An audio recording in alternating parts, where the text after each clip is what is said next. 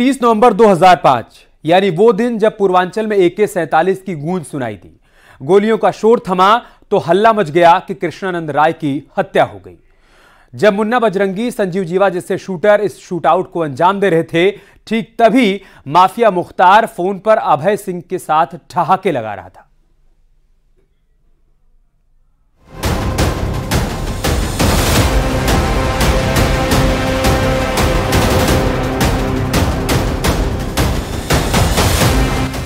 एक रंगबाज, लुटेरा, हत्यारा जिसने पूर्वांचल की पहचान को खून से रंग कर रक्तांचल में बदल दिया।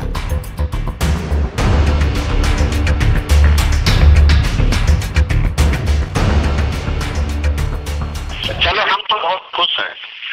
इनको पाप करता भैया, बहुत लोग था वो। हम बहुत खुश हैं क्योंकि हम लोग का एकदम विरोधी था। 29 नवंबर 2005 गाजीपुर की मोहम्मदाबाद विधानसभा से बीजेपी विधायक कृष्णानंद राय करीमुद्दीनपुर इलाके के सोनाड़ी गांव में एक क्रिकेट मैच के उद्घाटन में पहुंचे थे। बारिश का मौसम था तो उन्होंने अपनी बुलेट प्रूफ कार छोड़ दी थी और साथियों को लेकर सामान्य गाड़ी से चले गए थे। लेकिन तब तक उन्हें अंदाजा नहीं था पूर्वांचल का सबसे खूंखार गैंग उनके शिकार पर निकला है। क्रिकेट मैच का उद्घाटन करने के बाद शाम करीब 4 बजे वो अपने गांव लौट रहे थे। रास्ते में बसनिया चट्टी के पास उनके काफिले को कुछ लोगों ने घेर लिया और AK-47 से फायरिंग कर दी। गाड़ी बुलेट प्रूफ नहीं थी। कृष्णानंद राय समेत 6 और लोगों की मौत मौके पर ही हो गई। अब जरा इसी शूटआउट के दौरान का एक ऑडियो सुनिए जो माफिया के टेरर को बयां करता है। हाँ बाबू, तो हमके अंदर करके बात किया जाए। अब हल्ला है टीवी पर आ रहे, उस पर क्या दिखा रहा है टीवी पर कि गाजीपुर विधायक कृष्णानंद राय के ऊपर हमला, 7 लोगों के मरने की खबर। 7 लोग मरे? हाँ, ऐसे ही आ रहा। और विधायक बचे हैं? क्या विधायक कैसे है? ये तो टीवी पर कुछ नहीं आ रहा है, लेकिन चर्चा ये है कि वो मारे जा चुके हैं। विधायक मारे जा चुके हैं। अच्छा हुआ आप ईश्वर के उससे क्या कहते हैं कि आप बंद हो गए, नहीं तो फिर लोग इसको आपके ऊपर आरोप लगा। हाँ, सब हम ही को करते हैं। दुश्मनी हम ही लोगों से चल रही थी। जी जी, मनमुटाव हम ही लोगों से था राजनीति। हम कहते कि अब ऐसे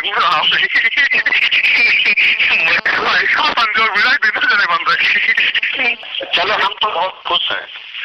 इनको पाप करता भैया, बहुत लोग था वो। हम बहुत खुश हैं क्योंकि हम लोग का एकदम विरोधी था और कल घिसा करना पड़ता है इसका। जिसने भी मारा है वो ठीक काम किया। हम लोग खुश हैं और कल तो इसका प्रचार करना पड़ता भैया हम लोगों को। तब अब कराओ प्रचार। आज भी 25 दिन पहली बार खबर अच्छी मिली है। अब तो नहीं ना दुखी है शेर। बिल्कुल, वही इतनी खुशी हम तो ईश्वर कसम बता रहे हैं। ये साले कहा इधर देख, दाखिलो दाएं मान लो। हाँ, सब आशीर्वाद भी है। ठीक है बाबू। ये मुख्तार के आतंक का जिंदा सबूत है जिसमें वो साफ विधायक कृष्णानंद राय पर गोलियां चलवाने की बात कह रहा है। ठीक उसी समय की बातचीत जब मुन्ना बजरंगी और संजीव जीवा जैसे शूटर AK-47 से एक विधायक की जान ले रहे थे। शूटआउट पूरा हुआ तो एक बार फिर कॉल गई। दोनों तरफ से ठहाके लगे। माफिया ने मूंछों पर ताव दिया और गहरी खामोशी छा गई। बोला ठाकुर, वो भैया एक जमीन नहीं है रिजवान भाई, तो वहाँ बात की वजह हुई तो सब लोग आए। अभी यहाँ पर वो हो गया, पता चला है, हल्ला हो रहा है कि गोली चल रही है मुन्ना बजरंगी और कृष्णानंद राय में। अच्छा, हाँ, ये सुनने में आया। अच्छा, कहाँ पे? कृष्णानंद राय के गाँव पर। दोनों तरफ से मुकाबला चल रहा। हाँ, बराबर गोली चल रही है। हाँ, ये तरफा। जय श्री राम। अच्छा, ओके। हेलो। हाँ, काट ली। ठीक है, मुट्ठी में। ठीक है, रख रहे बात होगी।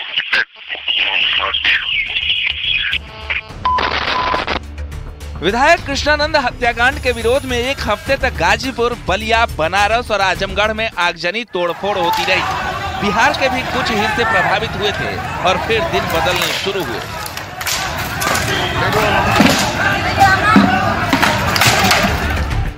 जैसे राजू पाल की हत्या कराना अतीक गैंग का काल बन गया, उसी तरह कृष्णानंद की हत्या कराना मुख्तार गैंग का काल बन गया।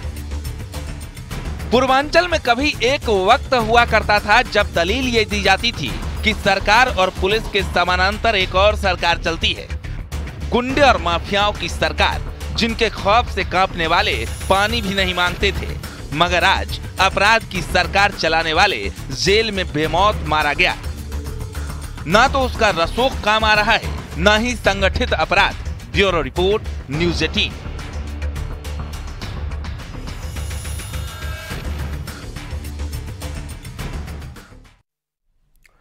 और इसी केस के बाद जेल गया मुख्तार कभी बाहर नहीं लौटा।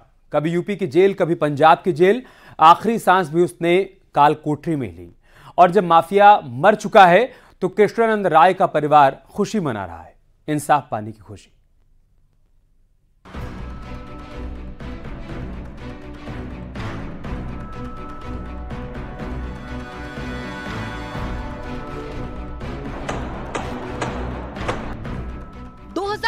वो साल था जब मुख्तार अंसारी पहली बार जेल गया था, लेकिन उस वक्त उस पर दंगा भड़काने के आरोप लगे थे। और एक महीने बाद ही यानी 29 नवंबर 2005 को कृष्णानंद राय की गोलियों से भूनकर हत्या कर दी गई। इस हत्याकांड से पूरा पूर्वांचल दहल उठा था और यही वारदात मुख्तार अंसारी के लिए काल बन गई और अंजाम ये हुआ कि वो कभी भी जेल से बाहर ही नहीं आ पाया। 19 साल के लंबे इंतजार के बाद आज परिवार में खुशी का माहौल है। हृदय गति रुकने से मुख्तार अंसारी की मृत्यु हो गई। भगवान ने होली का उपहार हम लोगों को दिया है। रात से ही लोगों की बधाइयों का तांता लगा हुआ है। उमदा अच्छे से जहां मैं समाज सेवा करता हूं, वहां त्योहार का माहौल बना हुआ है। ये कोई संत नहीं था जिसके चलते कुछ लोग टीवी पर बयानबाजी कर रहे हैं। इसके ऊपर 50 से 60 आपराधिक मुकदमे थे, जिसमें से कम 25 से 30 मुकदमे हत्या के थे। बाकी मुकदमे अपहरण के तमाम ऐसे मुकदमे थे। ये कोई संत नहीं थे कि जिसके लिए हाय तौबा मच रही है। मुख्तार अंसारी की मौत की खबर मिलने के बाद कृष्णानंद राय की पत्नी ने बाबा विश्वनाथ के दर्शन किए और कहा कि आज उनके लिए होली का त्योहार है। बाबा की आशीर्वाद है। जय, आज मैं हमेशा बाबा के दरबार में न्याय के लिए करती थी, आज न्याय मिला है हमको। आज होली का क्या बड़ा दिन था और बहुत दर्शन करने रही है। और देखिए, होली के त्योहार हम लोग इस घटना के बाद नहीं मना पाते थे। आज हमको लगा कि नहीं, हमारे लिए आज का दिन होली का ही दिन है। कृष्णानंद राय हत्याकांड को जिस तरह से अंजाम दिया गया था, उससे पूर्वांचल में दहशत का माहौल बन गया था और इस हत्याकांड की चर्चा आज तक होती है। गाजीपुर में 29 नवंबर 2005 को चुनावी रंजिश में कृष्णानंद राय की हत्या की गई थी। कृष्णानंद राय समेत 6 लोगों को गोलियों से छलनी कर दिया गया था। इस दौरान 400 राउंड फायरिंग की गई थी। इस हत्याकांड में मुख्तार अंसारी और अफजाल अंसारी को आरोपी बनाया गया था। दरअसल मोहम्मदाबाद सीट से लगातार अफजाल अंसारी चुनाव जीतते आ रहे थे और इस बार उन्हें कृष्णानंद राय ने चुनावी शिकस्त दी थी और हार का ये सदमा मुख्तार और अफजाल अंसारी बर्दाश्त नहीं कर पा रहे थे। और इस हत्याकांड के बाद का एक ऑडियो भी सामने आया है, जिसमें मुख्तार अंसारी ने अभय सिंह को फोन किया था और इस हत्याकांड पर खुशी जाहिर की थी। चलो, हम तो बहुत खुश हैं। इनको पाप करता भैया, साला पापी था, बहुत लोग करता था वो। हम बहुत खुश हैं क्योंकि ये साला हम लोग का एकदम विरोधी था और कल घिसाव करना पड़ता है इसका। जितने भी मारा है वो ठीक काम किया है। मुख्तार अंसारी के खिलाफ कृष्णानंद राय की हत्या, कोयला व्यापारी नंदकिशोर रुंगटा के अपहरण और हत्याकांड में 1051/2007 नंबर का मुकदमा लिखा गया। गाजीपुर की एमपी एमएलए कोर्ट ने इस मामले में मुख्तार अंसारी को 10 साल की सजा सुनाई थी और 5 लाख रुपए का जुर्माना भी लगाया था। मुख्तार अंसारी कानून के ऐसे चक्रव्यूह में फंसा, यूपी से लेकर पंजाब तक उसने जेल बदली और कई पैतरे अपनाए, लेकिन तमाम पैतरों के बावजूद उसे सलाखों की कैद से आजादी नहीं मिल पाई। माफिया मुख्तार की तरह ही उसके परिवार को भी विरासत में अपराध का दलदल मिला। नतीजा यह हुआ कि मुख्तार की तरह ही उसके जो कुनबे में शामिल लोग थे वो भी गुनाहों के चक्रव्यूह में फंसते चले गए।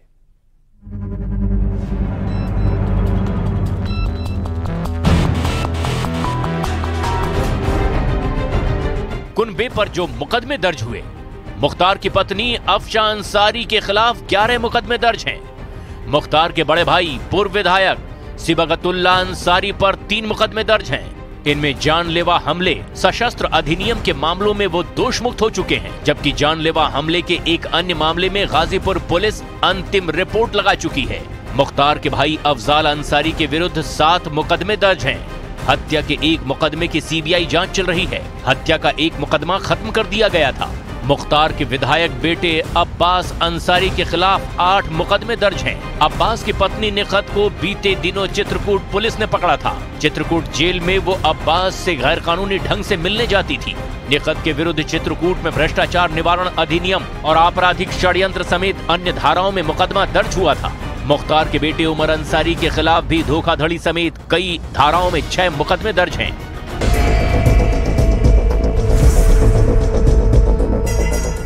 सियासी सरपरस्ती ने मुख्तार अंसारी को इतना बेखौफ बना दिया था कि वो खुद को कानून और सरकार से ऊपर रखने लगा था। मऊ दंगे के बाद मुख्तार ने योगी आदित्यनाथ को भी निशाने पर लिया था। मुख्तार ने योगी से अदावत पाल रखी थी, जिसके नतीजे में योगी आदित्यनाथ पर जानलेवा हमला तक अंजाम दिया गया। ये बात 2008 की है। योगी आजमगढ़ जा रहे थे, तब उनके काफिले पर हमला कर दिया गया। उनकी गाड़ी में तोड़फोड़ हुई थी। उपद्रवियों ने आगजनी की भी कोशिश की थी और उस वक्त योगी आदित्यनाथ बाल बचे थे। हमले से बचने के बाद योगी ने खुले शब्दों में मुख्तार अंसारी को चेतावनी दी थी और इसके बाद जब से योगी सूबे के सीएम बने, तब से माफियाओं के बुरे दिन यूपी में शुरू हो गए। जेल में मुन्ना बजरंगी की खौफनाक मौत का किस्सा सुनने के बाद से मुख्तार अपनी जान को खतरा बताने लगा था, जिसके चलते माफिया को पंजाब की जेल में शिफ्ट कर दिया गया था। लेकिन पंजाब से जब से मुख्तार यूपी की जेल में लौट कर आया, उसके सिर पर मौत नाचने लगी थी, क्योंकि योगी राज में माफियाओं के मिट्टी में मिलने की शुरुआत हो चुकी थी। अतीक अहमद जैसे डॉन का अंत हो चुका था। वहीं माफिया मुख्तार बार बार बीमार रहने के चलते हत्या की आशंका जताने लगा, मगर जिस अंदाज में मुख्तार का अंत हुआ, उसकी किसी ने कल्पना तक नहीं की थी। माफिया की मौत की वजह पर फिलहाल सस्पेंस है। जांच के बाद ही सच सबको पता चलेगा।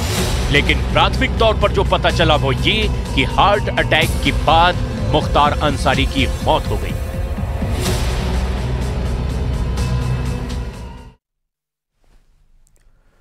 तो इस तरह मुख्तार की कहानी खत्म हुई, लेकिन उसके बाद की तस्वीरें हम आपके साथ साझा कर रहे हैं। जब उसकी डेड बॉडी को, उसके शव को गाजीपुर लेकर जाया जा रहा है, यही वो शव वाहन है जिसमें उसके शव को रखा गया है। देर शाम ये गाड़ी पहुंचेगी गाजीपुर और इसके बाद फिर कल सुबह सुपुर्द खाक किया जाएगा मुख्तार अंसारी को। एक छोटा सा ब्रेक लेंगे, जल्द होगी वापसी।